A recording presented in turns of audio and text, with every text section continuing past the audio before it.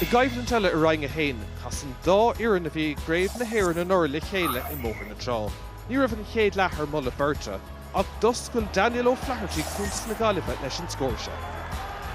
Bhí deis ag príomhscórálaí ard Mhacha ó sin Connachtí ar cúl a cúg a iirecht díreach ar an trasna. Díreach na dhéag sin, bhí Cillian Ó na Gaillimhe carrying a síos, agus é trílar an cúl. Creeknig Matthew Tierney and Kickéirich agus Snasta, Iran áitiúil gafa an tosaigh an Risha, éna cahar le mála cúl. Bhí Pelador óg na blina Shacata ó sin Connachtí ag immert go húntaach d'Ard Mhacha, agus an bhear na leideithe go dtí cúlaí na bhánaige leis an iireach seo. Ach bhain an Gaillimh buntáiste as na scóir na nua Buaicphointí, an chéad ceann ó Cillian Ó agus Paul Conroy le ceann eile, a thug buntáiste 7 buinte dóibh.